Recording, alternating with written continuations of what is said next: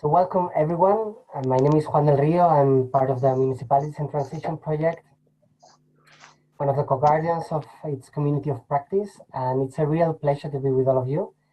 This is the first webinar of a whole series of webinars that we have prepared with the support of the members of this community, called Hot Topics Discussion that you have been, that probably you have seen already. We will share the link at the end also. And this is the first webinar, a webinar titled Working Systemically, Identifying Leverage Points and Different Theories of Change. And we have here a very good team. Yeah, thank you for the mic. We have a very good team with myself that I'm going to be hosting this webinar. Is Nicola Hillary from Transition Network. She will be co-hosting with me. She will be taking more the technical part, following the chat window and supporting me with that. And also we have, that I will present them with more detail, Daniel Wahl and also Tom Henfrey. Tom, I don't know if you can put your camera on, that would be great also. So well, before entering in the summary of the session and why we are here, what's the aim and the purpose of the webinar, something we always do, but right now we are really a lot of people and it's complicated to do everyone talking, is a check-in, is to start to connect with each other and to understand a little bit more who we are and why we are here. So that's why we want to invite you to answer a few questions in the next 2 minutes. The questions are the ones that I've shared in the chat with you. 1 second, is these ones that I share with you now.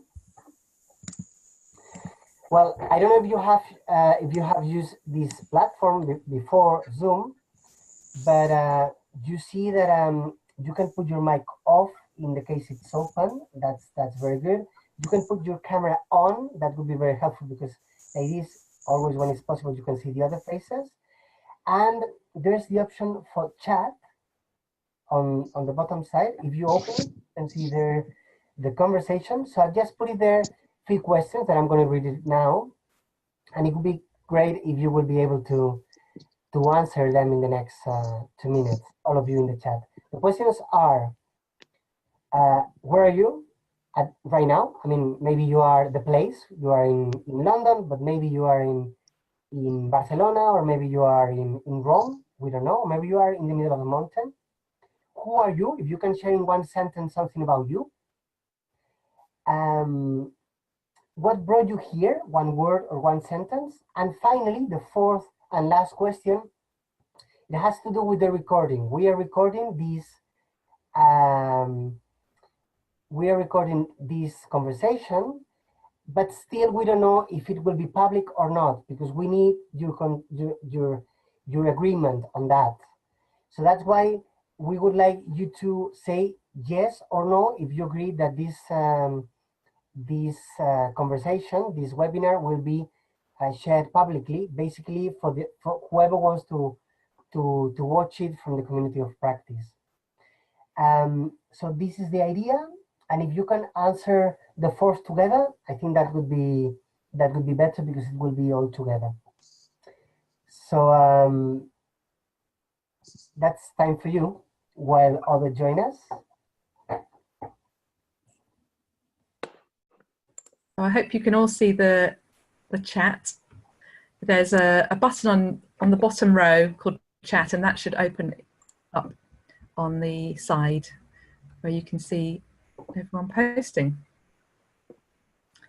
And as Juan said, we would like to make this public, the recording, so that other people can benefit from it, but because of the data regulations, we do need you to type in there that you agree for that.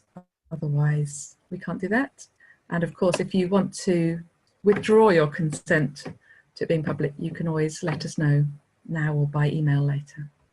Thank you so much for sharing all this info. I see that all of you writing there And that's great. So look, we have people from Italy, from Canada, wow, from Switzerland, from Brussels, Finland, from Belgium, from Mallorca.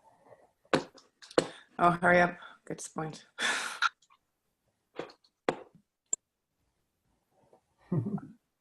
This is very experimental, what we're doing. This is super experimental, and it's very interesting. This is something we couldn't do just a few years ago, and we are now experimenting with that. So this is part of the learning. And I see that Tom shared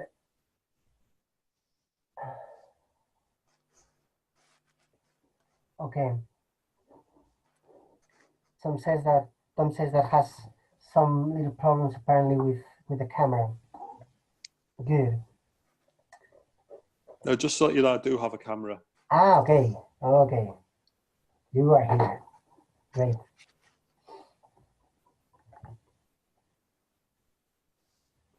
Good.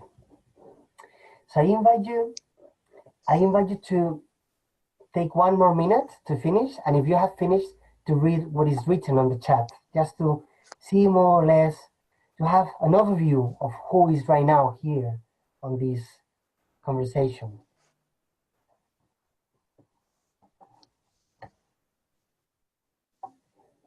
And after that we will continue.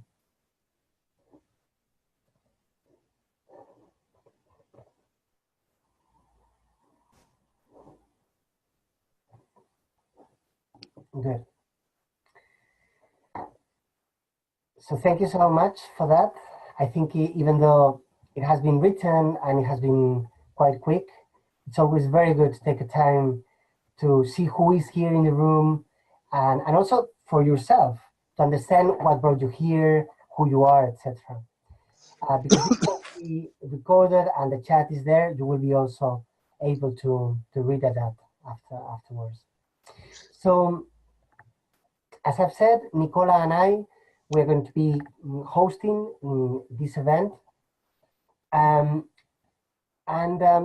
First, the Municipalities in Transition project is a project born through the collaboration of different transition hubs and transition network.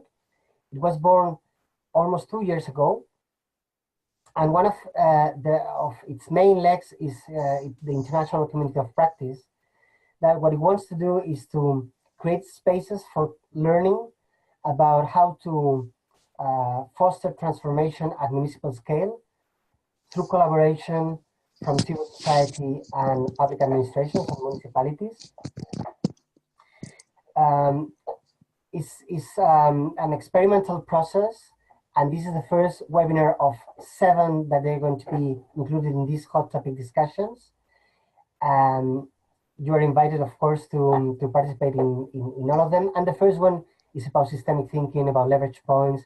And if we understand that all of us from different perspectives at different levels in different places of the world, all of us will want to foster transformation, and we're facing a systemic crisis of unprecedented levels of complexity, the challenge of navigating and understanding all this situation, how system works, what do we mean by leverage point, by root cause, how to foster this transformation and regeneration, and how to build resilience.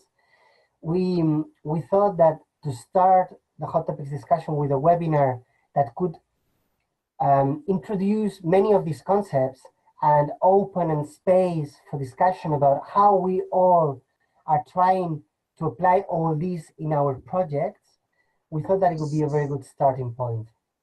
And I'm very grateful that I have here with us, 2 very good friends that they have a lot of experience on this. On the one hand, we have Tom Henfrey.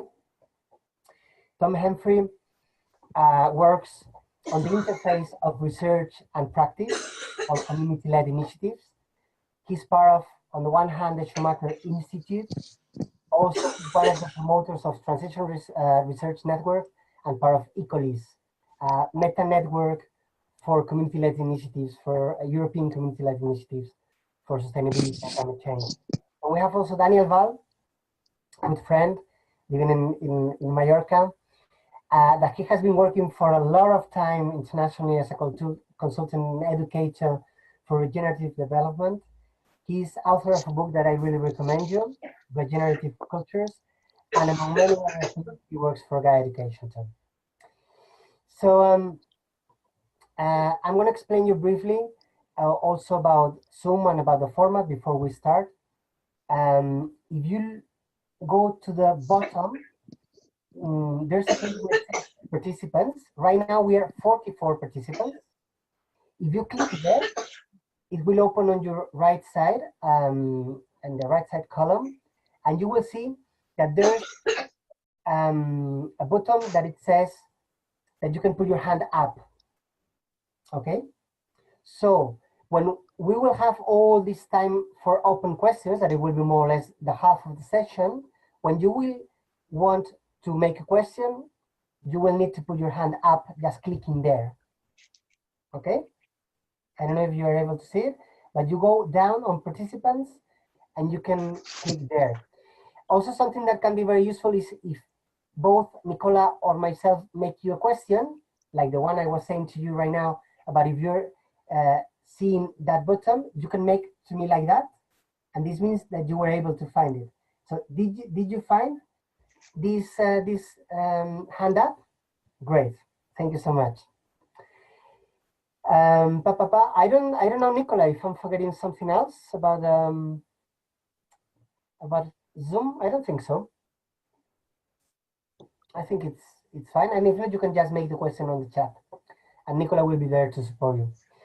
So we will have, yeah. So we will have some time first for brief presentations from Daniel and Tom, and later I will make maybe 1-2 questions, and then we will go for open discussions. That it will be like the last half of the session. That we will be ending by 6:30 Central European Time.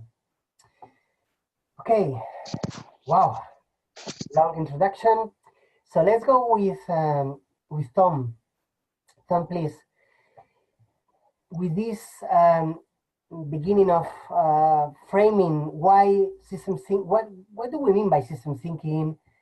What are we talking, and why it's important? I don't know. Maybe you could include a few ideas from your experience about all of that. So I leave it here, and if you want to share the screen, it's all for you. Thanks, Juan, and thanks to all of you for coming. It's great to see so many people here and from so many different places and doing so much wonderful stuff. It's always really inspiring to dip into these communities, to see how many people are out there, reconnect with people I know, and see new people I'd not known about who are also doing inspiring stuff. It really gives a source of hope to be among you all, and I'm grateful for the technology that allows us to do this over distance. So Juan suggested people might not have a formal background in systems thinking, systems theory as an intellectual and academic concept, but looking at the everybody's responses to the questions, it's very clear to me that everybody here is a systems practitioner, in meaning that people who are used to dealing with complex problems, with looking at the interconnections among things, the relationships among things, and about using that to work effectively in real world contexts. And that's, in simple terms, what systems thinking is recognizing that real world phenomena exist in context, exist in complex forms of interrelationships with other things, and whatever are the specific focus of our action, we always need to be aware of all the other contextual factors that affect it. We can't deal with problems in isolation, and these contexts we're working in are always dynamic, they're always changing. So in its most useful sense, systems theory is a way of giving us models, giving maps of that dynamic complexity that can help us to understand more deeply the way that we act, and to give us insights into those relationships, into those various shifting patterns of context that might not arise intuitively, or might complement those that arise intuitively or through our experience, our action, and our internal understanding of what we're working in and our experiences.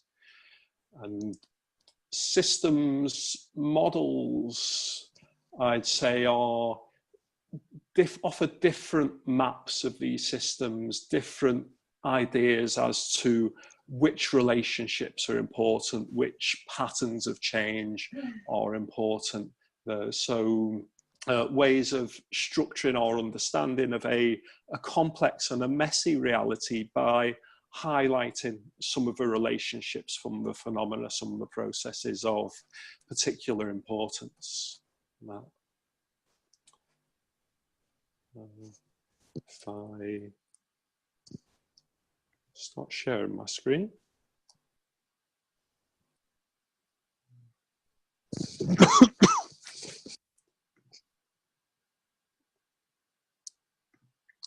Just getting around the share. Let's hope this.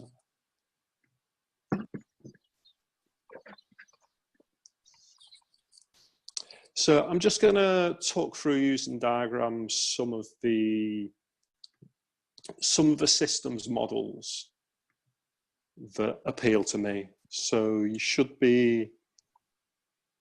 I can't see that on my screen. Are you seeing a diagram now, or just this like blue pattern with dots? So no, we're seeing a diagram, Tom. Yeah, the adaptive cycle diagram. This loop. Yes. So yeah, I can see it now.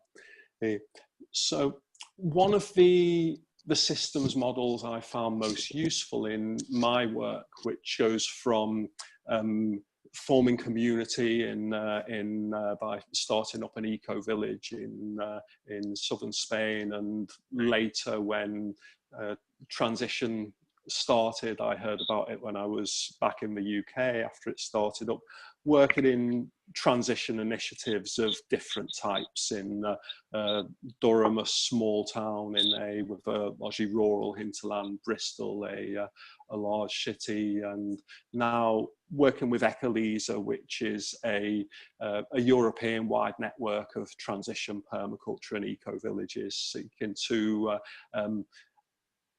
collaborate to help us work effectively at that scale.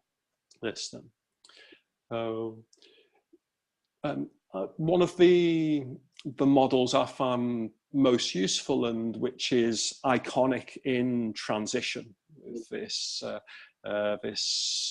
original concept of working in our communities collaboratively to build resilience in the face of change, is resilience theory itself, which recognizes that there are common patterns in the organization and the dynamic processes in complex systems of all kinds and in phenomena, and includes this fourfold pattern of change, where things in this top right hand, there's a phase of stability. So when we see society, situations, contexts and ecological systems that seem to be stable, that's just one aspect, one temporary stage which always comes to an end. So there's recognizes the dynamism and the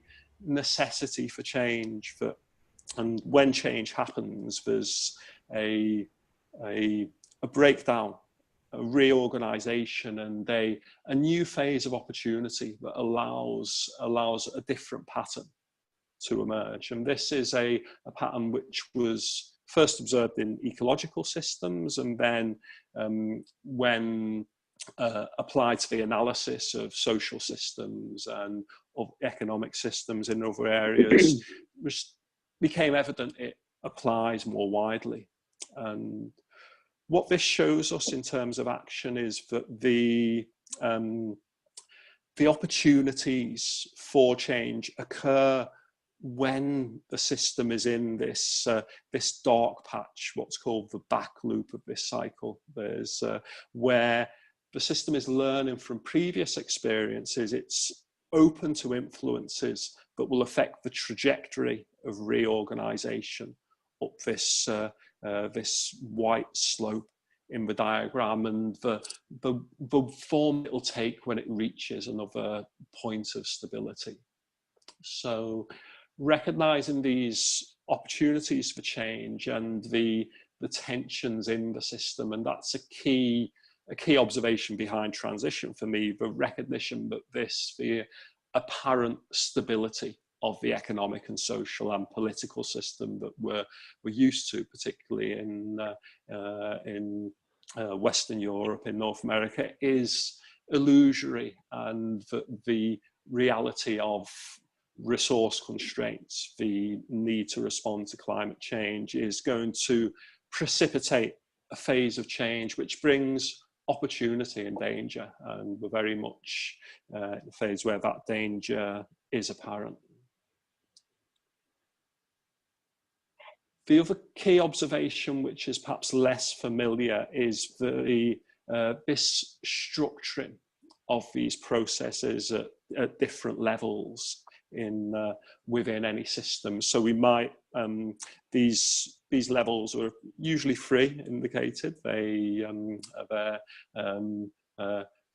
can go as far up as you and as far down as you like. So we might, for example, think of these as the local level, the national, the international in relation to scales of action.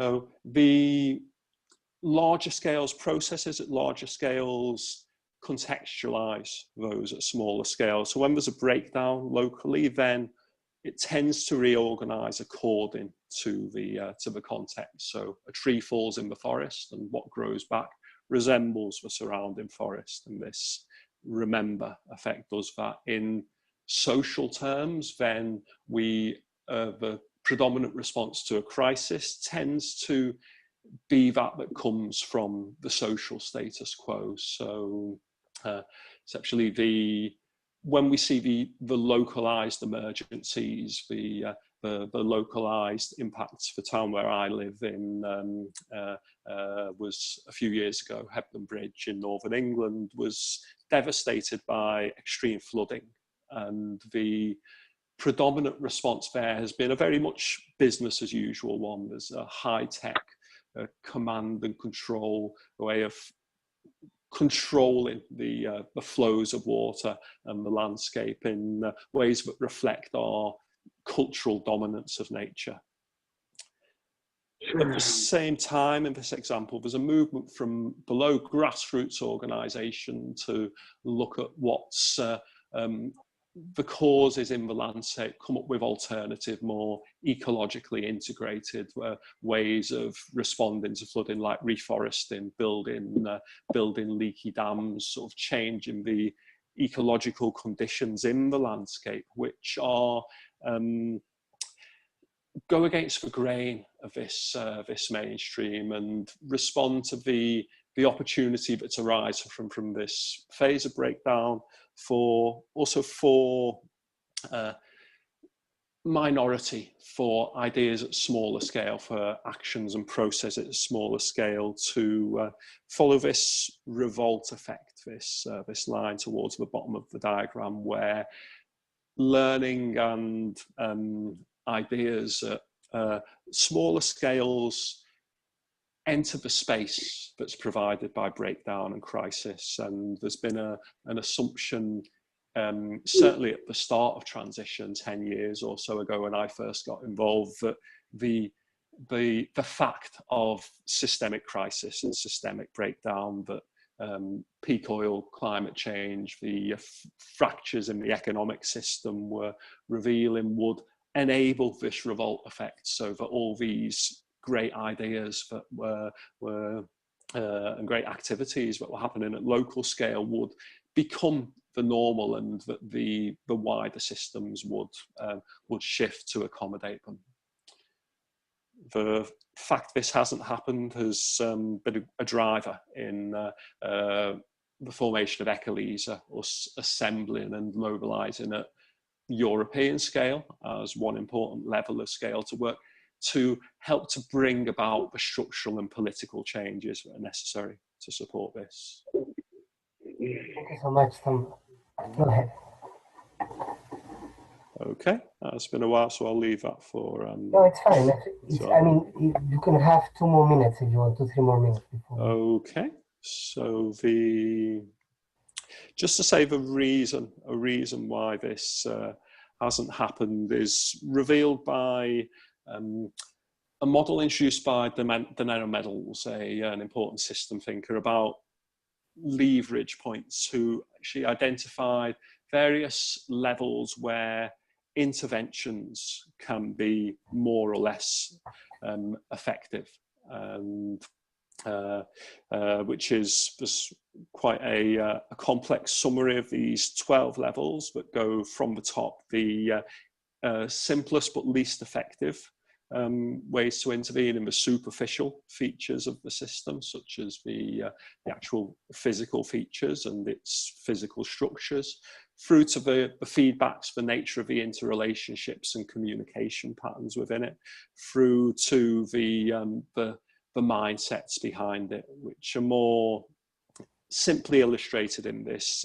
iceberg model. So on the one hand, the further down the iceberg you intervene, the more effect you can make. So when you really get at root causes like the patterns of thinking, or at the next level up, the institutional structures, the predominant forms of organisation, then you can achieve greater impact, though opportunities also differ at these different scales. So at times the possibility of change in mindsets may not be available. We can't go into a meeting with municipal officials, for example, who are operating within a conventional mindset, and expect them to instantly understand the ways of thinking of more cooperative, collaborative, regenerative forms of activity and thinking that are characteristic of transition. What we can do is find areas where these breakdowns, these crises, these opportunities for action are taking place, where there's an openness to new information, new ideas, new thinking, where constructive and effective action can help to challenge people's thinking, help to challenge mindsets, so to create more openness and shift again up the panicky, up this nested set of interacting processes of change to the more intractable levels. So we'll talk detail more when we get into discussions. So recognizing at what levels the opportunity for intervention arises and the relationship between these more superficial and deeper levels is, I think, a useful set of insights which these particular systems approaches provide.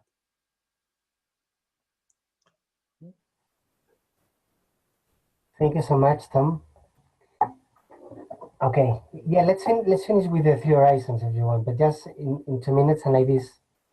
Okay. Okay. I'll add well, as you well, want. I think when we were preparing for this, Daniel mentioned that the 3 horizons is something he was involved in coming up with. So maybe, yeah, you could start, and we'll talk more about how we're using it. All this is just to open the arena a little bit and to show a bit of the subject, and probably you have heard about all this, I'm sure. So Daniel,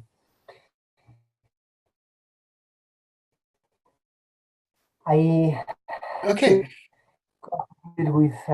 complement what I'll Tom just roll said. with it. Well, first of all, wonderful to see so many people show up. I just had a quick look at the chat, and it seems like we've actually got 4 continents present. First, I thought Asia wasn't because of the time difference, but then somebody from Jakarta called in, and that's pretty amazing.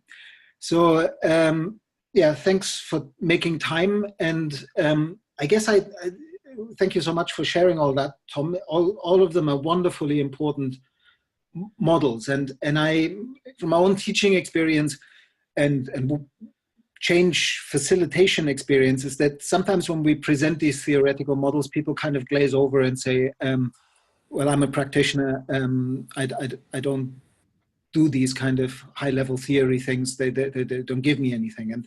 And for me, one of the insights over the last 20 years of working in all of this that I've come to is that I feel that it's a false dichotomy to distinguish between theory and practice. Every bit of practice has a way of seeing the world and a way of interpreting what's working and what isn't working, and how change might be brought about implicit in how the practice is done. And so basically it's really just a question of whether we are conscious and aware in making our practice, our mental models and our guiding stories and theories explicit, or whether we just use them more as tacit knowledge.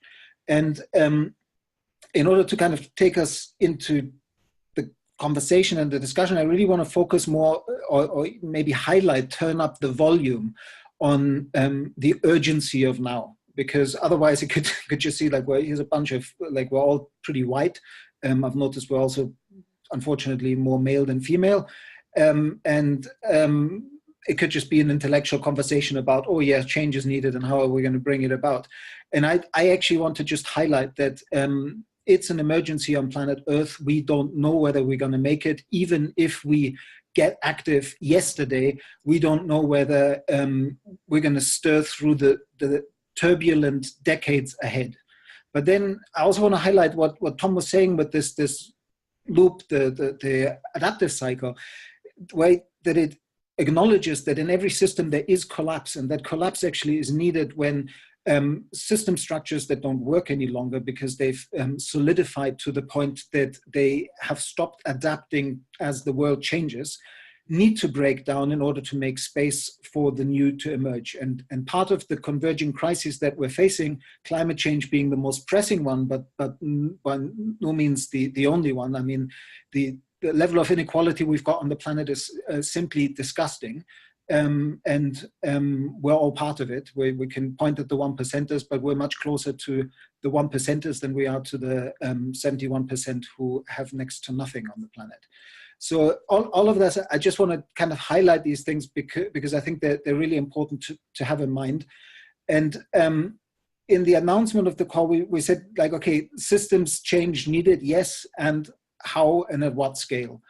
And for me, in my experience, I worked a lot. I lived 4 years in the Findhorn eco-village, and I was very committed. I also, what Tom and I share is that we both spent some time in southern Spain trying to set up an eco-village, actually around about the same time, but a different place.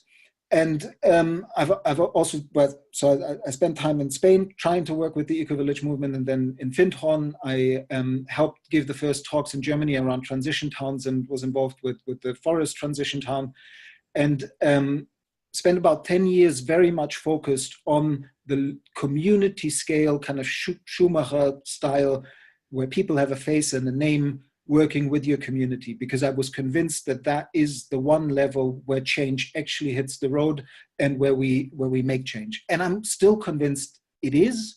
And at the same time, what I saw is that if we don't form networks of communities within bioregions, and if we don't think systemically about solving key issues like refitting human patterns into the natural patterns of the ecosystems we inhabit, then we won't make it through the eye of the needle. So in the elegant process that the Regenesis group and have curated as regenerative development, they always work with this concept of nested holes and say that in order to run your project, you have to look at the next greater whole and see how your project adds value to that. And in a similar way, I think all the local communities and all the eco-village initiatives or transition towns or eco-barrios need to look at how they, on the one hand, build resilience at that local scale, but also how they contribute to the bioregional scale. And for me, that's where right now, in the last 2 years, there is a global alliance forming. There's a confluence of people that work, whether it's the Ecosystems Restoration Camp Foundation doing these camps where people can come and learn about large-scale ecosystemic restoration work, turning degraded farmlands into biosphere reserves and also productive farmland that has improved ecosystems functions, or whether it's the whole movement of like the Capital Institute just launching the Regen Hub network, which is basically 9 regions that have committed to regenerative development at the bioregional scale. And then I see somebody who's on the call called in under bioregional. I don't know if it's the Bioregional Institute in Totnes or who it is, but basically there's lots of people working at this bioregional scale. This has been around for 30 years, but we haven't really paid attention to it. And it seems like in the last 2 or 3 years, there's an increased awareness that as we now have to radically redesign the human presence on Earth within the lifetime of all of us present on this call and all generations alive today, we best focus on doing so in global collaboration, but at both the regional and both the local and bioregional scale. And all these theories are useful when we actually engage with them in that context, and we begin to understand, like for example, the 3 horizons that Tom didn't get to talk about, that he mentioned at the end, is a model that basically says there are different ways from the future potential of the present moment, because we're all ever only in this moment now, where we can and where we are affecting the big system. So to get out of our mindsets of thinking, we're just, who am I, how can I change the system? We all do constantly. Everything we do and don't do contributes to what kind of world we bring about. And that is incredibly empowering. And the minute we do that with others and we have conversations, because that's why the theory and practice divide is to my mind so wrong. If you manage to change somebody's perspective on the world, if you invite people to see the world with new eyes, to shift from the story of we are separate from nature and we're here to exploit nature for our benefit, to a story of we are fundamentally independent on the planetary, interdependent with the planetary life support system. Actually, we've got it wrong from the beginning that species or individuals are just expressions, they're waves in an ocean. Life is a planetary process. And what is now at stake is not necessarily the future of life, but definitely the future of higher life forms such as us. So we have a chance to save the future of our very young and immature species and give us an opportunity to grow to maturity. And part of that, I think, is to overcome these false dualisms of theory and practice and them against us, and municipalities are always wrong and the transition guys are always right. And that's why MIT is wonderful, because it's a project that says, no, we have no time left to blame, that nothing is moving on anybody. We just need to engage with everybody who's willing to engage and start the conversation.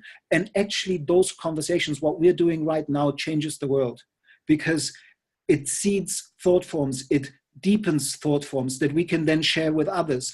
And the ripple effects are much more powerful than we think they are. And I sense that there's a lot of this conversation already happening. My friend Joe Brewer just yesterday gave a talk to all the different regional regeneration hub networks that have set up 9 around the planet on this idea of how do we, rather than scale up the transition, the repatterning of the human presence on Earth from being degenerative to being regenerative, we need to scale it out. And how do we do that? We do it by education at the local and regional scale, education in the sense of capacity building, talking with each other to learn more about our region and what we're already doing and how we can better work together to leverage change. And that means not just reaching out. It's always easiest to reach out to the usual suspects, like your local permaculture group and your local transition group, because they speak our language. But it's so important to also reach out to the good people who've chosen to be public servants, because go into public authority office, because most of them actually wanted to make a difference and contribute to something positive, and re-invite them, make them remember after having been in a stuck, like in that diagram up there in the right-hand corner, in a stuck and rigid institution for a long time. They are hungry for people to reach out and say, actually, we're doing this change already, and we'd love your help, and we'd love you to get involved. And that's the potential. And just very briefly to bring it home even more closely myself, I've been dancing on this line of where do I put my activity ever since I moved to Mallorca. I live on Mallorca, which is a small island in the Mediterranean.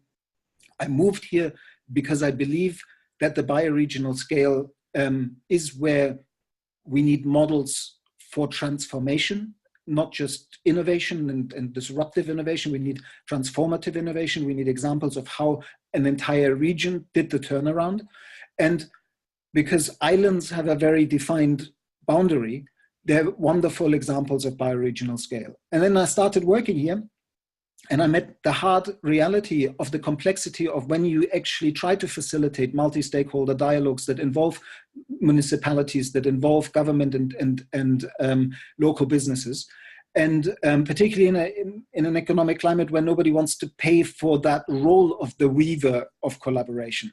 And so Aline is on the call. She's doing wonderful work in Mallorca with PermaMed, capacity building at the local level, really the stuff that I'm most passionate about. And I sit here sometimes and think, when I see their wonderful pictures of solar paellas with another 30 people doing wonderful work here in Mallorca, like, what am I doing? Spending time posting things on the internet or flying somewhere to give a talk about this transformation. And really feeling bad about this is partially because I still hold that dichotomy myself between theory and practice, and it won't serve us. We need to undo this, because basically with my book, with my public speaking, with the social media work, I'm hoping to seed thought forms, and some of the feedback I've been given is that it's working, where people are getting inspired to say, okay, I'm going to do this at my local level. But I'm still dancing. I really want to do more work again in Mallorca with the local bioregion, because I ultimately think that we've left it late, and we are going to hit major disruptions, major breakdowns, collapses at different levels of this panarchy, these nested cycles that Tom was showing.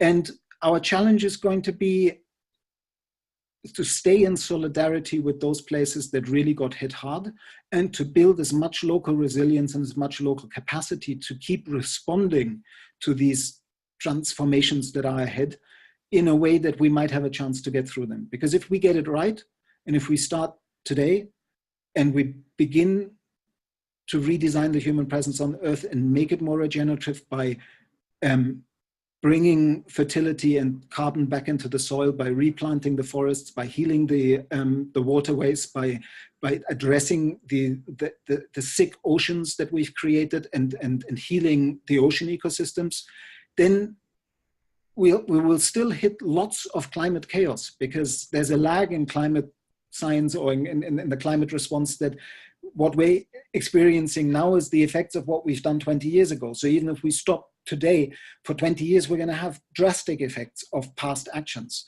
And we need to be conscious of that. So as we come together, as the regeneration rises, we don't get disheartened after a year and a half, 2 years or 5 years when things get worse, because they are going to get worse for a while. But if we keep at it, then we might just pull through this in time. And I'll just leave it at this, because I actually want to hear you rather than Babuan. Thank you so much, Daniel and Tom, for your brief talks. I think they were a very good way to to start the conversation. It's clear that everyone here is working on this transition, transformation, regeneration. Let's call it however we want, but the thing is not the name that we put it, is that this is something that is happening at different scales and at different levels. And it's a great success that we are, since the beginning, we are more than 45 people here in this conversation. So already for me, this is a good way to see that there's a lot of interest and experience here. Before opening to the rest, yeah, Daniel? Sorry about interrupting you. I just realized, I just had a look at the comments, and the one thing that I really wanted to mention that I didn't mention, and somebody actually put it in a comment, is this term Glocal. And I just want to bring that into our awareness, because working local and bioregionally with global awareness, understanding that we need to do all of this at the same time, is working globally. And it's not about saying, oh, they've done this in California, so now we're all going to do exactly that everywhere in the world. Regenerative solutions are always carefully adapted to the biocultural uniqueness of place, the ecosystems and the culture that they're being applied in, and working with the essence and the story of place and the potential of that place and the people in that place. But doing so in such a way that we can share our learnings and ask for help to others who might have faced similar problems. And so this idea that it's not entirely local, it's not entirely global, that we're actually working locally, is, I think, also what's behind municipalities in transition, because it takes it one step further out beyond just the small barrio to the local municipality and working like that. Just wanted to add that. So sorry, Juan. Oh, it's perfect. Thank you so much, Daniel. Yeah, well, that's the thing, that the scale is a very important point when we talk about transformation.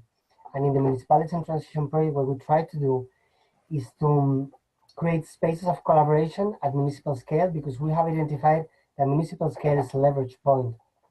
It's a place where, on the one hand, we have enough diversity, is big enough to have a big impact, but at the same time is small enough to have enough connections with whoever is there, and it's easier to foster change at that human scale.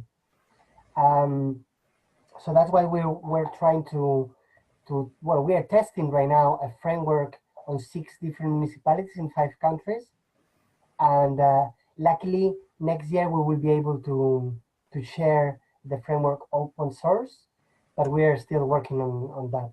You will have more information on that part. So thank you, Tom, and thank you, Daniel. I'd like to make you a short question before we open the arena to everyone. I really would like we could continue here till very late, but we are more than 40 people here. So the question for both of you, it has to do with, imagine that people here in this room, in their own municipality, in their own region, in their own neighborhood, they want to start a process of transformation, of regeneration, taking into account all these global systemic crises, all this holistic point of view. So acting at the local level, but with this global view, with this Glocal perspective that we were mentioning. So I don't know, could you mention few ideas from your experience, few ideas? What kind of strategy will you follow? Which are the first things that you will do? I don't know, Tom or Daniel. It's not an easy question, but I'm challenging you. I know it's not an easy question, so go ahead, Tom. But let's start by that. It's a way of landing a little bit what we were talking.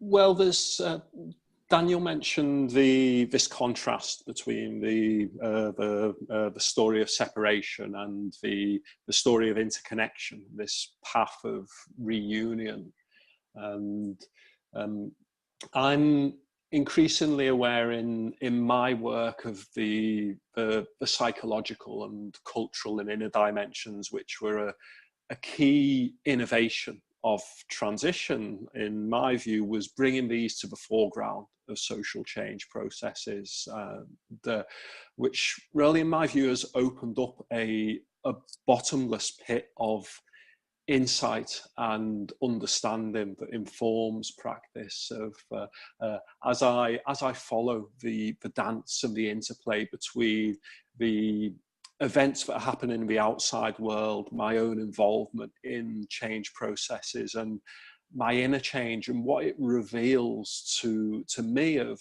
how much of the violence that we wreak upon the world, on nature and each other, is an externalization of violence that's internalized, but it's inherent in our cultural outlook, and that we've also, certainly in my experience of how that I've done that violence to myself, I've wreaked that on myself, and my involvement in change work is a healing, a recognition of that, and a healing that mirrors what what I do and experience in the outer world. And a key quality in that arises when you ask that question. I think about it in the context of the wonderful ideas that Daniel's just expressed, is the contrast between control, a logic of control, and a logic of domination, and one of integration and receptivity. And I think that's a heart, and I think Daniel expressed it very well, of recognizing that our social patterns and our internal and personal patterns need to match the natural patterns, need to be in dialogue with them. And the part of that dialogue that we've tended to miss, or that this whole project of domination at all levels has tended to miss, is the receptivity, the listening, the tuning in, and understanding. That's really finding out what wants to happen and going with that, working with that. It's a key technique or principle in permaculture of observation, lengthened and ongoing observation being the driver for action. So really, I think learning to understand what's happening around us as a set of opportunities, and something that demands a response that's in line with our inner nature and with what's really I'm so sorry. Yes. Nicola. I have now spoken to the people who are trying to start a new meeting, and they are going elsewhere. Yeah, but I'm so sorry about that. Shouldn't have happened. have you talked to them? Yes. When we talk about complexity, we talk about uncertainty. Giving This up is what control. happens.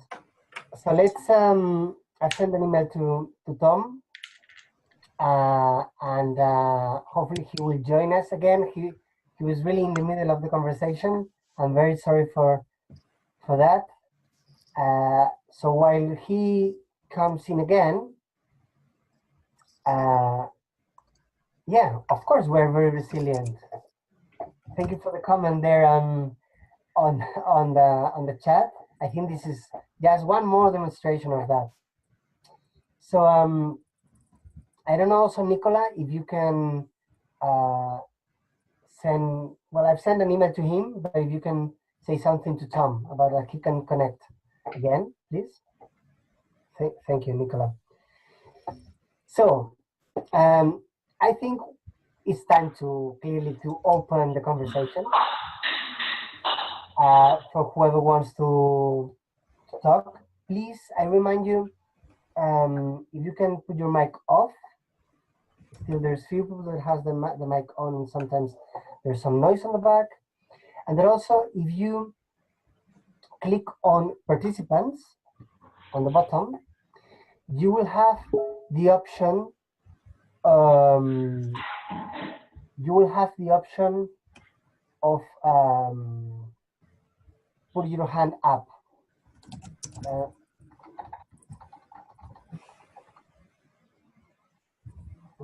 Sorry, but this is what happened with problems. Somebody writing to me, why don't you do that? Why don't you do that? Okay, so now.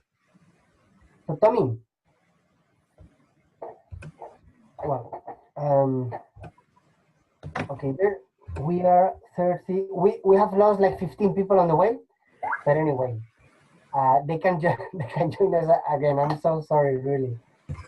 Okay, so I think we have had enough time also for starting the conversation, to have some important thoughts, and now we would like to open the arena for observations, questions, comments, whatever you want. For that to happen, the invitation is you can put your hand up by using the Zoom button that we shared with you, just there on the bottom on participants, and we will just give you space for you. Because we are many people, just try not to be too long and being concise, because like this, we will have the possibility of listening more people.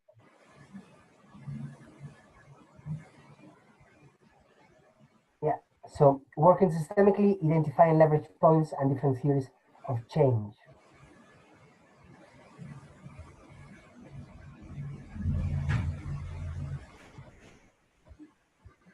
Oh, so Jennie Anderson has her hand up, I think.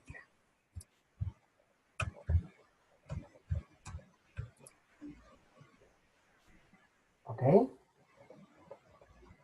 So, Nicola, can you repeat it again?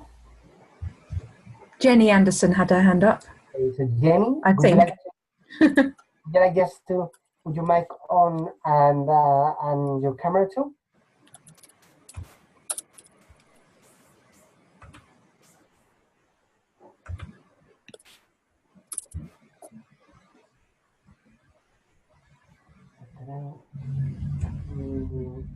Maybe she's not there. I don't see it. Somebody else put your hand up if you would like to speak. That's it. We're waiting for your comments, reflections, questions. Jennie has typed it in the chat actually. Okay. Nicola, would you like to read it, please? It says, there are three critical things that need to happen for regenerative transformation. So firstly, we need some working examples of bioregional regeneration. 2, we need interconnection between the existing movements, the permaculture, transition, ecovillages, etc., and public services and businesses that are ready to act. And 3, we need more persuasive storytellers. How do the panelists best think we can do that? I'm here, but you can't hear me. I'm so sorry, Jennie, but that's wonderful questions. Yes, we hear you now. I know you can hear me, sorry. Those are the 3 things that I heard in Daniel's talk that he was really saying were 3 critical things to happen. So I was just wondering what everybody on the panel could say as to how they think we can best achieve anything within those. So the question then, Jennie, would be how we could achieve something in any of these 3 areas. Yeah. Areas. For example, in the project, the Capital Institute's project, do we know how close any of those hubs are to being really brilliant examples of bioregional regeneration? I don't know myself. Well, I can say a little bit to that. Like, basically, I think, yeah, you identified 3 key areas that I agree with. For me, patience, it's this bizarre paradox again that we have an urgency that is unprecedented. And at the same time, culture change doesn't happen at a scale, at a pace that doesn't frustrate human beings who have only a 60, 70, 80 year lifespan, because when things take 4 or 5 years, it's a pretty significant chunk of our lifetime, but it's not for redesigning the human presence on Earth. And so I think we're actually already, I would guess most people on this call are somehow putting their grain of sand towards one or the other area that you mentioned, Jennie. And we're slowly building the connections, both in the global sense, these international calls that we have with people from 4 continents coming in, and at the same time also locally. There are people on the call here from Mallorca who I also meet personally. And so I think we need to step up our act. And as far as I know, the examples in the region hubs of the Capital Institute are groups of people with good intentions and a certain track record of having worked in multi-stakeholder work at the regional scale, but at no way are they working models that the world can be inspired by and look towards. And if we pull it together here on Mallorca to register as a regeneration hub, I can only speak for what I sense where we are with this model. I've spent 8 years trying to seed bioregional transformation here. And on the one hand, I've heard a language change and a vision change, and even people in the government now talking about Balearics is being celebrated for its climate change response plan. The guy who developed it has been asked to join the national government in Spain to do the same for Spain. So things are moving. People are talking about helping our farmers again, reevaluating what the farmers are doing, building food sovereignty, dealing with our water issues, addressing our heavily biased economic system that is dependent on tourism and diversifying and building resilience for more regional circular economies and all that. But I think it's really important to just be aware that this is going to take a long time and there'll be lots of frustration along the way. But we still need to do it. Okay. Thank you so much, Daniel. There's someone with the mic on. Could you put your mic off? I don't know if it's Lara or who. Yeah. Nicola, could you put? Thank you so much. Thank you, Daniel, for the answer. I don't know. Well, we have more questions here. Should I have a response to Jennie's question? Well, we've got 2 hands up. We've got Nuno and David Bennett. I've got hands up. Before going to the let's welcoming back Tom. Sorry so much for the cutting. I don't know what happened, but it was just in the middle of your intervention before. And sure, let's take the next few minutes for you to answer this before we go to the next one. Was it just me who dropped out, or was it the whole call? No, all of us. Everyone. Yeah, I thought everyone was just quick at getting back. I'm glad I had to see everyone back quick. In terms of Jennie's question about the interconnections among existing movements and public servants, certainly and obviously MIT itself is a great example of this vital collaboration across between the community actors and people in public administration. At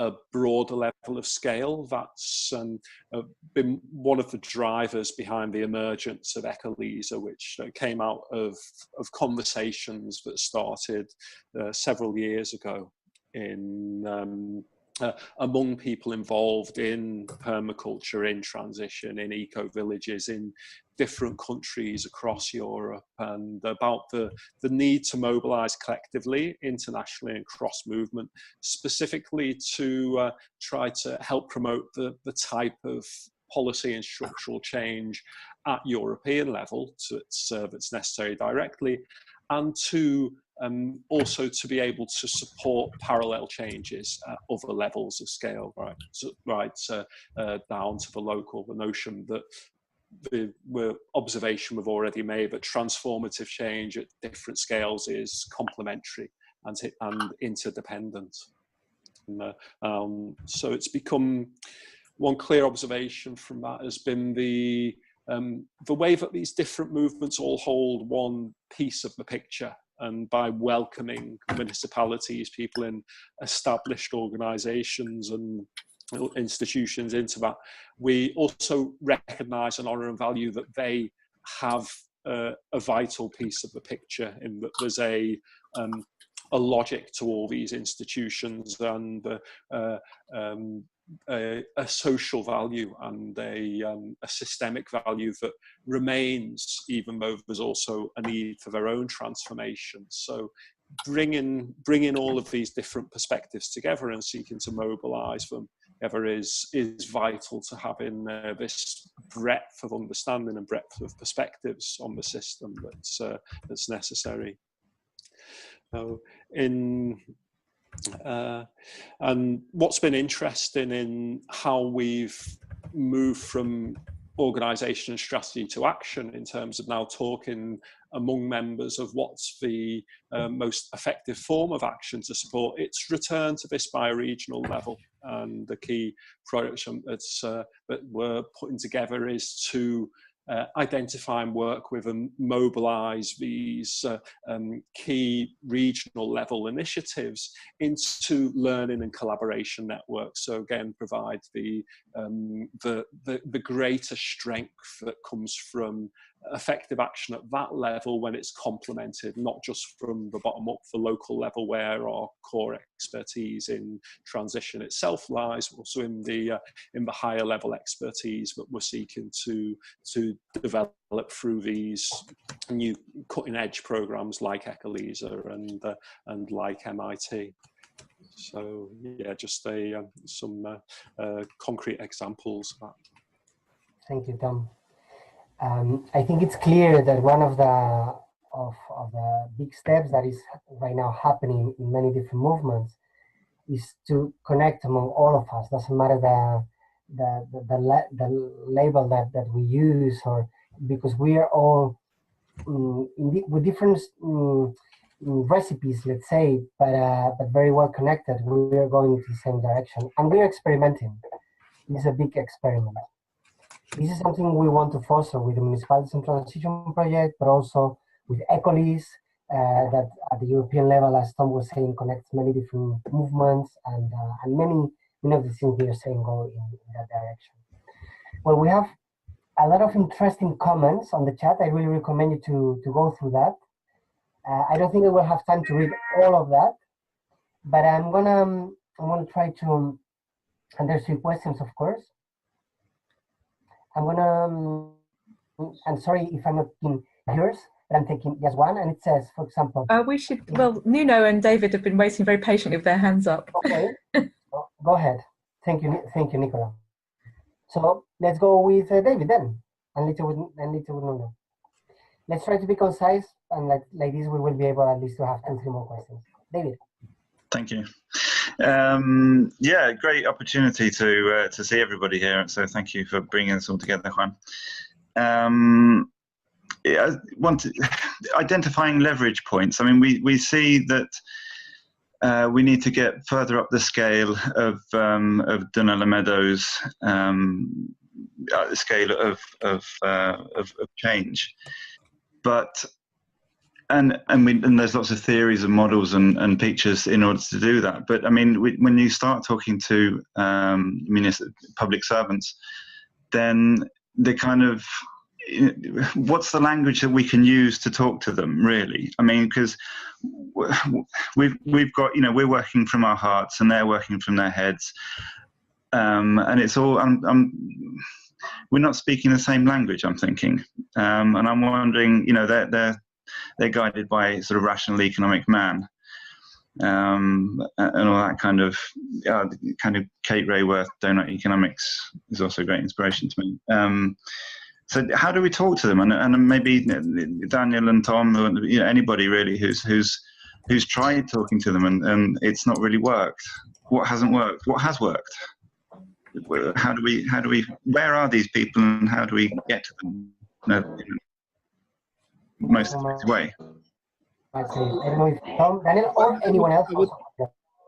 suggest, let's harvest also Nuno's question and maybe read out one or two, and then we sort of try to answer all of them. It's a really important question that David, just to hear all the questions briefly. Okay, so let's go to the second question then. Okay, hello everybody. Great conversation. I want to say I'm sorry for a bit of background noise, but I'm working in a public school doing some teaching, and this break now, so it's a part of the current reality. A lot of background noise.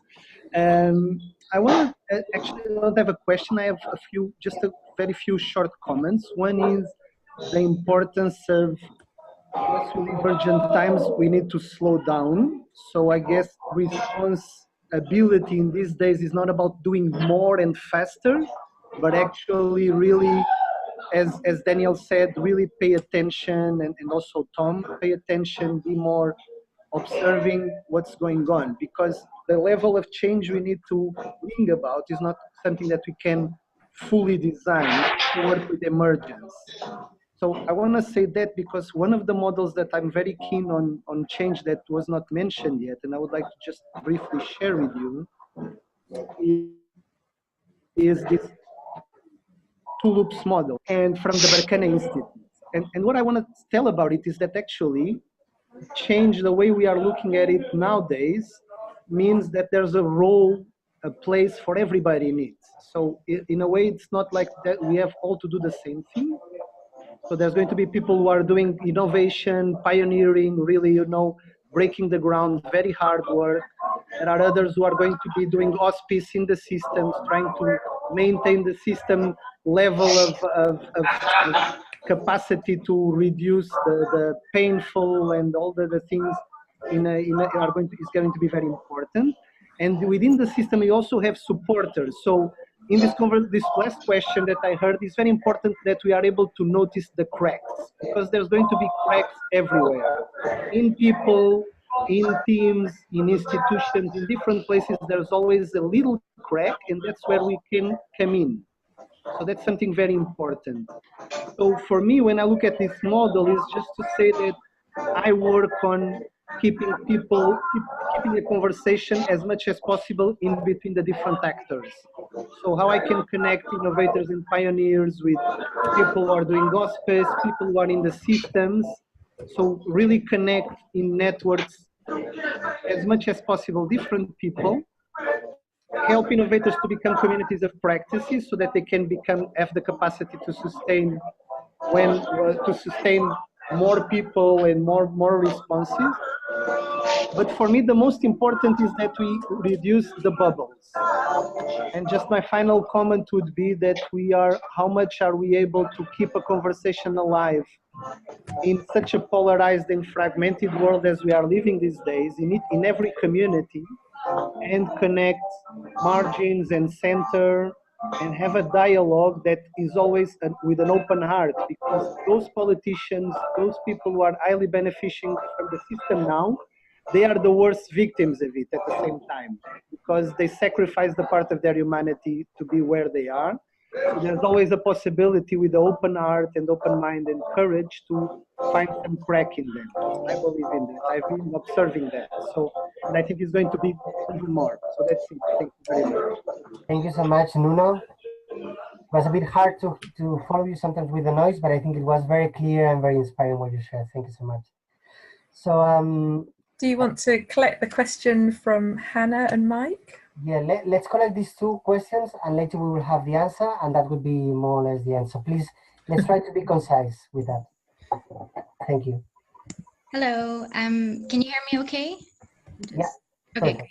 So my question, and maybe it's another false dichotomy question that I'm setting up here, but I'm struggling on a personal level of where to put my energy, whether more into resistance or alternatives.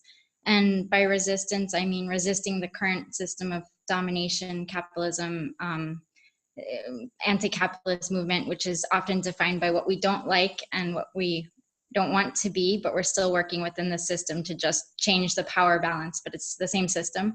Or the other side of building new systems, using imagination and aligning to principles of nature, such as transition towns, permaculture, food sovereignty, some of the things already said. So my question is, how can these, and I think it is linked a bit to what Nino was saying, how the role everyone has, so how can these two aspects, resistance and alternatives, work better together? Thank you so much, Hannah. All of them are very, very interesting questions that we could use days only for that. And we have a last question. Nicola, I don't remember who was. It's me, Juan. Mike, go ahead. Yeah, it's a very simple question. Like I love the bioregional stuff and completely get it. I live in Bristol, which is a city of 500,000 people, and I'm just wondering. You know, I've heard the local and the global, but the city scale to me, which is the dominant place where most people live. How do we address that? You know, because one of the big things I always thought. I mean, I work for Transition Network, and it was like I'm interested in how do we sort out sustainability for people which currently live in tower blocks in the middle of my city, you know, who don't have any access to you know, even a piece of land, a small piece of land to grow anything, you know. So there's like, you know, without there being a lot of people just being completely excluded. So I'm just interested to know what your thoughts are on that, you know, how we deal with that issue, really. Thanks. I'm loving everything I've heard so far as well. Just like. Thank you so much, Mike. Well, I again recommend to look at the chat, because there's different comments, very interesting answers to David's question and other comments. So we have 3 key questions there on the table. I don't know, Tom, Daniel, if you want to share something on that. I'm happy to. Indeed, do we still have place for questions? Sorry, I'm late. I'm sorry, I'm late. I just want to know. Hi, I just want to know if we still have. Okay, I mean, my question is not so clearly structured. I don't even know if this is the place, but I just want to know, from when I saw the invitation to this meeting, that the gathering of such powerful change makers, and as a person of color from Africa living in Europe, who goes through a lot of racism and unconscious racism, especially through the borders, I just wanted to know how can the transition movement, how can the sustainable and regenerative movement get involved in terms of making more awareness of racism, immigration issues, and refugee issues? Is there a strategy that can be created or be formed? Because it's really heavy that being the only person of color in all these groups, I feel like I have this voice, and I go through these traumas every time I travel within the borders. So how can we come together and create a space where these can be healed, or these can be given an advocacy and policy voice? Great. Thank you so much, Nanti. Wow. Right. What an important question. I don't know, but this is a bit overwhelming in the sense that all the questions are so important. I mean, let's try to be concise, and let's try more or less to close with few thoughts that can connect more or less all of them. So Tom or Daniel, or yeah. Tom, do you want to go first, or shall I go? Or up to you. No. Okay, I'm happy to start off. Starting with David's point about talking across cultural boundaries and different worldviews, and to me, there's a recognition, as we brought before, everyone's got an important contribution to make. People in established institutions, they're resisting change, but they're also holding the status quo, and they're continuing to keep us alive. And people who are in there are generally motivated by our common ground is our humanity. So when we connect at that level, we connect with the humanity of somebody who's trying to do their best within a hostile system, a hostile environment that may be destroying their humanity. Then we find the common ground, and practically that can be a basis of finding the common cause for action. And to see that tension between somebody's basic humanity and the basic ethical ground that I believe is at the heart of every human being. That's where the cracks in the system lie, and that's where, when these people push for change, supported by those of us who've maybe distanced ourselves a little, that's a really powerful way to open those cracks, as somebody said in the chat, and collectively move from the heart. So that relates to Hannah's point as well about resistance and alternatives. They're complementary and again interdependent forms of strategic action, and each of us has different roles to play in different places where we're comfortable and we really feel where we're led from the heart. So in relation to what I was saying when we were cut off earlier, then if we tune in and our observation includes really listening to ourselves and what our hearts tells us about our sense of purpose and what really drives and motivates us, then we'll find the right place, because it'll feel right, and there'll be a sense of purpose and a sense of meaning behind what we do that will make it effective, and it'll make it a beautiful and invigorating experience. Just Mike, briefly to take them in order. In cities and bioregional are intimately linked. Bioregionalism starts as a natural concept, but cities historically often arose because they were the key nexus for their bioregion. They also shape bioregions themselves. We have to recognize the modern bioregion is, in many cases, a city and its hinterland, and be flexible and realistic about that. And your friend Steve Jones and the other Steve Jones, who are doing lots of valuable inner city work in permaculture, some of those examples are great cases of that. Nancy, really grateful for you bringing this difficult issue in, which, as a person of mixed racial heritage, and I've been really coming to terms with internalized racism, internalized wounding from constant experiences of racism, which I didn't recognize as such, and recognizing that there's common ground among those experiences, and those of us who've been able to identify with the dominant and privileged, who have some form of racial privilege, are all in some way culpable in this and have our own healing to do. So being aware of the extent to which overcoming those barriers through active solidarity with my refugee movements, with racial issues, with racial politics, and bringing it into this spectrum of action and recognizing it, that also has something valuable to contribute. Again, I think is an important part of both mobilizing diversity and finding common cause, and enabling that aspect of the collective healing from the wound of separation to take place. So over to you, Daniel. No, don't worry. Just let me jump one moment here in the arena. It's almost time for the finish of I mean, what we said, it would be the length of this webinar. Personally, I feel that we're in the middle of an incredible conversation. And I don't think I have the right to really close this, well, not the right, but I don't even want to do it, to close here the conversation. I know maybe for many of you, this is time you have expected to use for this, and I really know that. At the same time, maybe we can follow for the next 10 minutes to close, and if somebody needs to leave, we leave. But I think it's really, with all the technical problems we have had and all that, I think it really makes sense to have 10, 15 more minutes. Okay, thank you so much for this. I know it's not what it was expected, and I apologize for that.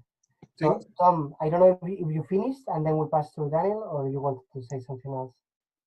Yeah, I was ready to pass it over to Daniel. Thanks. Thank you so much, Tom.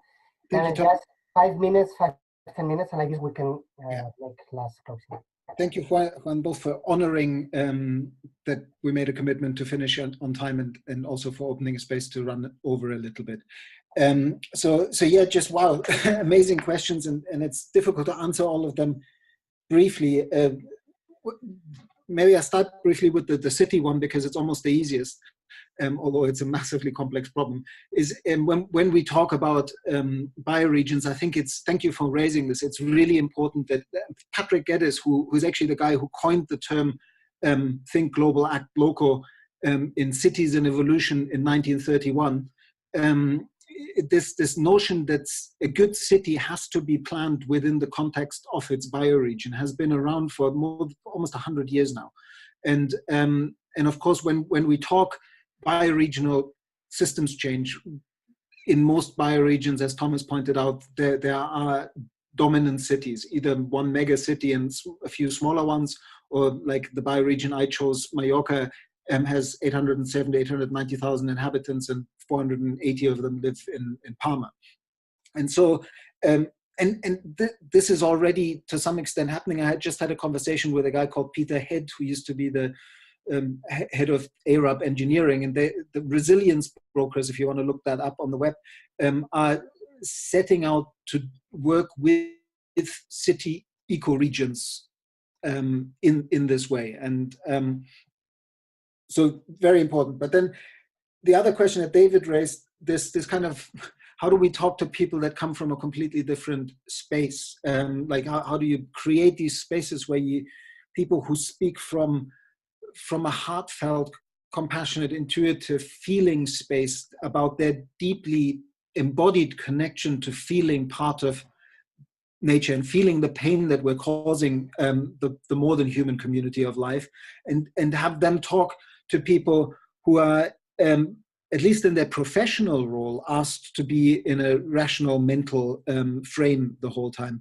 I think this is part of basically not sketching that yet as another dualism, but actually my experience is if you make explicit that tension when you have people in the room, if you find a language to say, we will be speaking from different places, and can we try to create a space where we invite those voices and we just suspend judgment for long enough that we can actually hear what the other person is saying and learn from it, then magic can happen.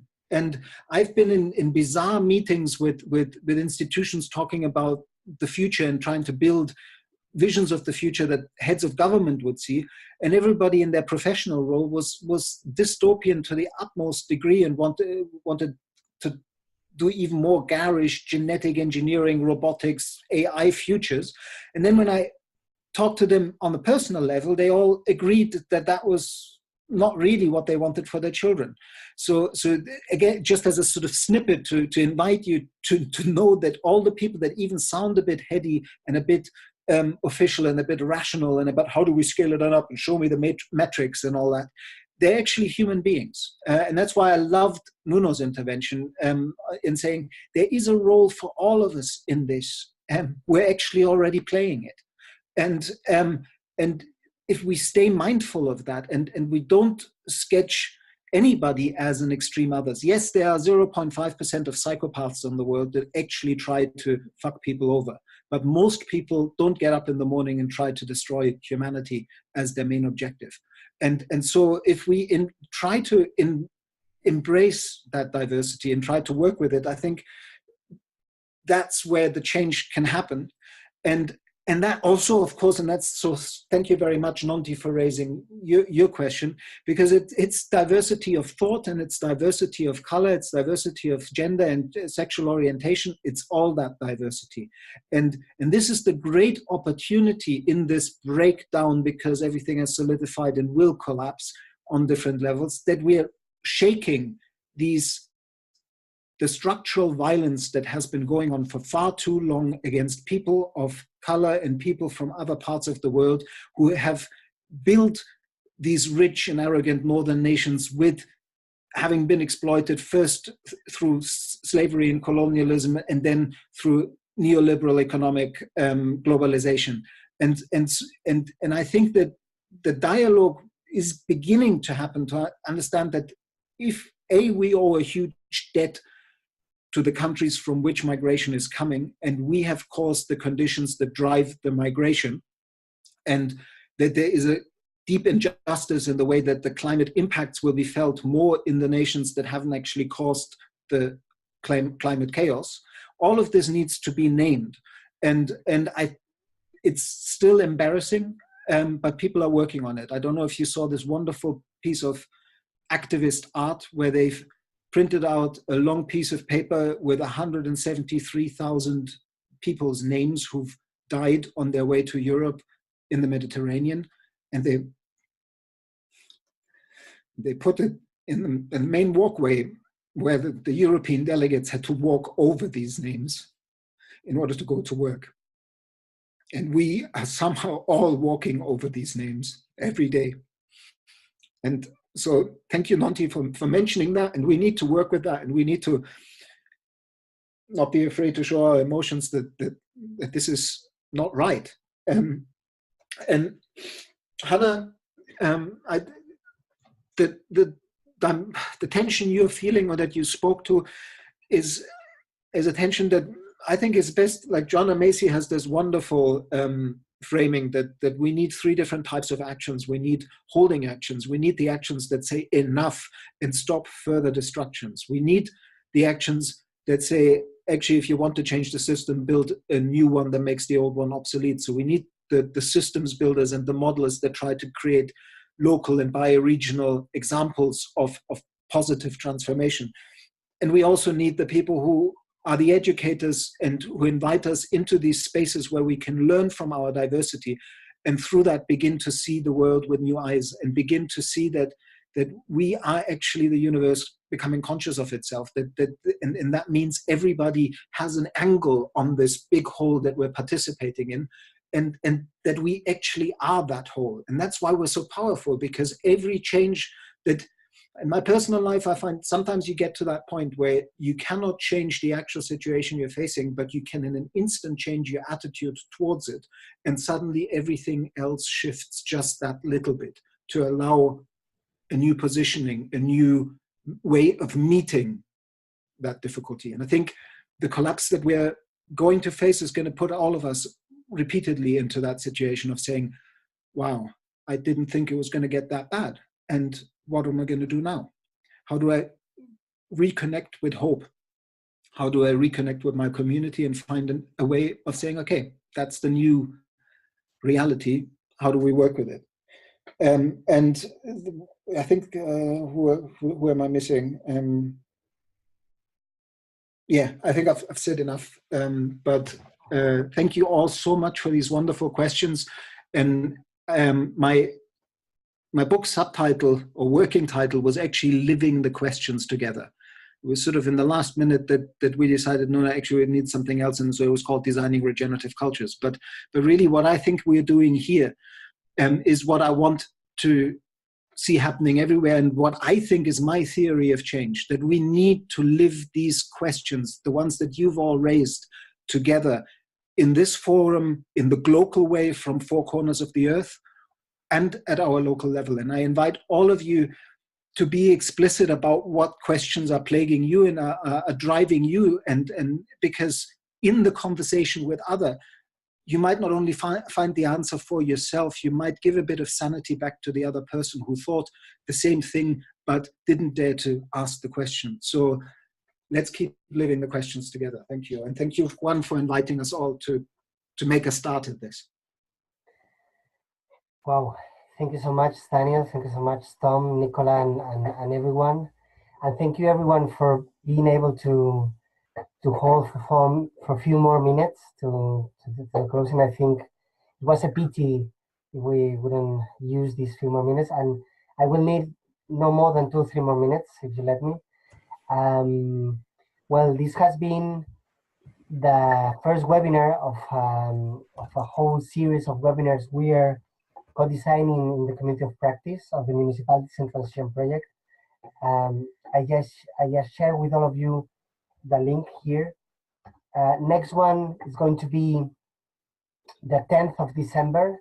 Each webinar, each topic has been chosen by by the people of this community. All are key topics, very interesting, very diverse too.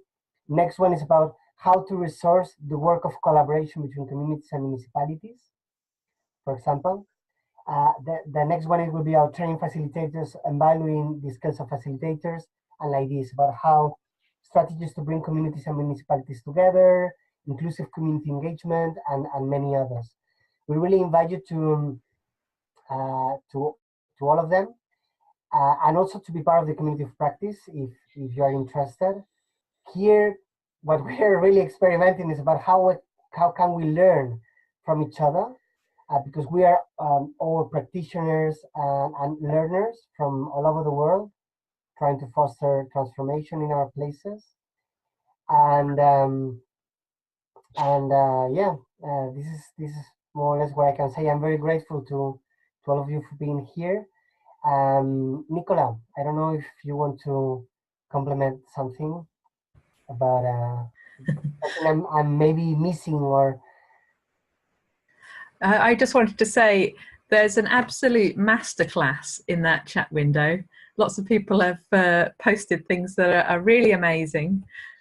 So good for you. And somebody has actually said that you can, if you click more at the bottom of the chat window, you can save the chat, and so you could read it at your leisure. But hopefully it's also recorded and we'll be able to send that to you. But if you want to copy it now, do. And one thing that I did just post in there also is there's a Municipality in Transition Community in Practice Facebook group. So that link is in there if that's just another way we can continue this conversation. Yeah. Just to say that that as a community, we're right now starting and learning. So the idea is that this will be self-organized, and we will be together co-creating how to continue with it once the project is over, or I mean, we will be deciding how to continue this work. As Daniel, I think, was pointing out, we have been here people from 4 different continents, which is something amazing. Well, just an invitation for the closing. It will be if you can just take a few seconds by your own before closing the Zoom window, and maybe if you need to close your eyes or whatever, and pick up one word that maybe, I don't know, expresses, reflects, or takes what you take from this conversation that we have had, and you can put it on the chat. That would be beautiful too. And with this little moment of inner reflection, everyone will be invited to open the mic and say bye to everyone.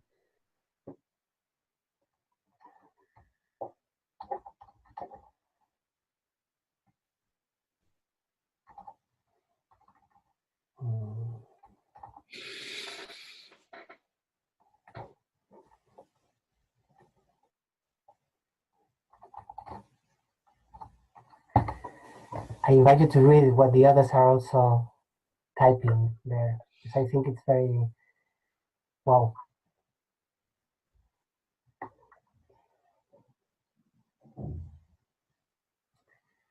Thank you to all of you.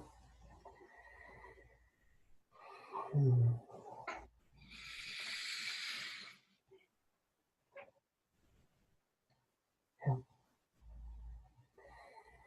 Okay, so it's time to close here. Yes, Daniel and Tom and Nikolai, we can stay just a few minutes. That will be great also. So see you soon. That's it. We are connected. We continue.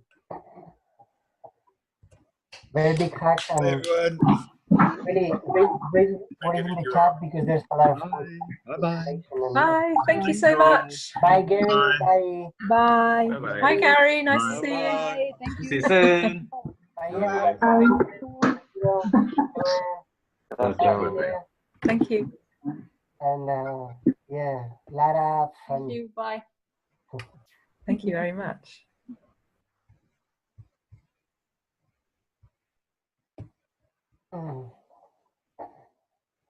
Tommy, quédate aquí también un poco. And Pedro, if you want, you can also stay.